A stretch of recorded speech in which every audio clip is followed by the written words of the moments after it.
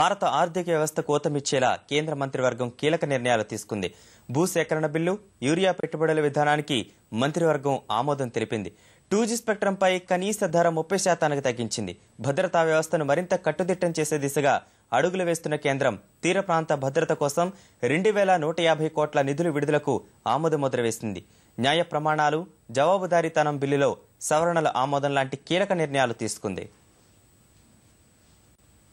కేంద్ర మంత్రివర్గ సమావేశంలో కొన్ని కీలక నిర్ణయాలు తీసుకున్నారు.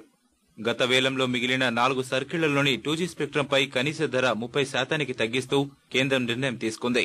గత నెలలో జరిగిన వేలంలో ఢిల్లీ, ముంబై, కర్ణాటక, రాజస్థాన్ సర్కిళ్లు అమ్ముడు కాలేదు. కనీస ధర భారీగా ఉండడమే అందుకు కారణం. అందులో 30% తగ్గించాలని మంత్రివర్గం నిర్ణయించింది. ఈ 4 సర్కిళ్లను విక్రయిస్తే ప్రభుత్వానికి 6,200 కోట్ల రూపాయల ఆదాయం లభించనుంది. చాలా కాలం నుంచి పెండింగ్ లో ఉన్న యూరియా పెట్టుబడి విధానాన్ని కూడా మంత్రివర్గం ఆమోదించింది.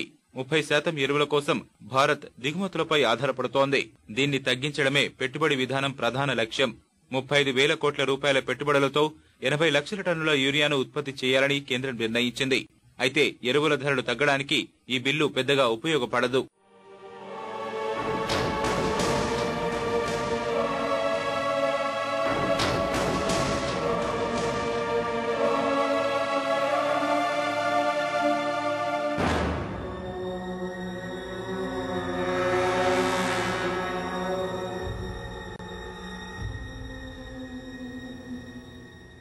రాజ్యాంగ సంస్థలపై న్యాయస్థానాల్లో న్యాయమూర్తులు బహిరంగంగా ఎటువంటి వ్యాఖ్యలు చేయకుండా నిరోధించే ఉప నిబంధనలు, న్యాయ ప్రమాణాలు, జవాబుదారీ బిల్లులు అలాగే ఉంచాలని మంత్రివర్గం నిర్ణయించింది.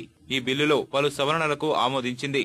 ఈ బిల్లును ఇప్పటికే లోక్సభ ఆమోదించగా రాజ్యసభలో ఇది ఇంకా పెండింగ్ లో ఉంది. 2008లో ముంబై ఉగ్రవాద దాడుల తర్వాత తీర ప్రాంత భద్రతను మరింత పటిష్టపరిచే దిశగా అడుగులు వేస్తున్న కేంద్రం ఆ దాడుల అనంతరం తీర ప్రాంత భద్రతా సిబ్బందిని గతంలోనే కేంద్రం రెట్టింపు చేసింది. తాజాగా తీర ప్రాంత భద్రత కోసం 2150 కోట్ల ప్రతిపాదనలకు భద్రతా వ్యవహారాల కేబినెట్ కమిటీ ఆమోదం తెలిపింది. ఇందులో 1500 కోట్ల రూపాయలతో గస్తీ తిరిగే 5 నౌకల కొనుగోలుకు వినియోగించనున్నారు.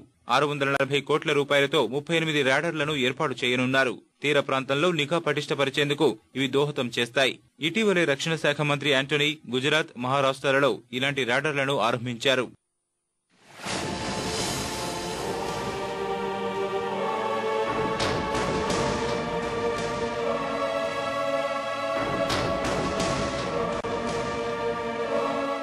భూసేకరణ బిల్లుకు కూడా కేంద్ర మంత్రివర్గం ఆమోదముద్ర వేసింది. ప్రైవేటు ప్రాజెక్టుల విషయంలో 80% మంది ప్రజల ఆమోదం తప్పనిసరిగా ఉండాలని స్పష్టం చేసింది. ప్రభుత్వ ప్రాజెక్టులు, ప్రభుత్వ ప్రైవేటు భాగస్వామ్య ప్రాజెక్టుల విషయంలో మాత్రం ప్రజామోదాన్ని 70%గా నిర్ణయించింది.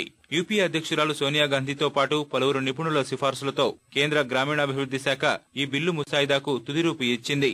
ప్రైవేటు ప్రాజెక్టుల కోసం 80% ప్రజామోదం తప్పనిసరనే ప్రతిపాదన సోనియా గాంధీ చేసిన సూచనే. ఆర్థిక వ్యవస్థకు ఊతమిచ్చే లక్ష్యంతో పెట్టుబడులపై మంత్రివర్గ సంఘాన్ని ఏర్పాటు చేయాలని కేబినెట్ నిర్ణయించింది. ఈ పెట్టుబడుల కేబినెట్ కమిటీ ప్రధాని నేతృత్వంలో పనిచేస్తుంది. 1000 కోట్లు ఆ పైన పెట్టుబడులు పెట్టే మౌలిక రంగ ప్రాజెక్టులకు ఈ సంఘం శీఘ్ర అనుమతులు మంజూరు చేస్తుంది.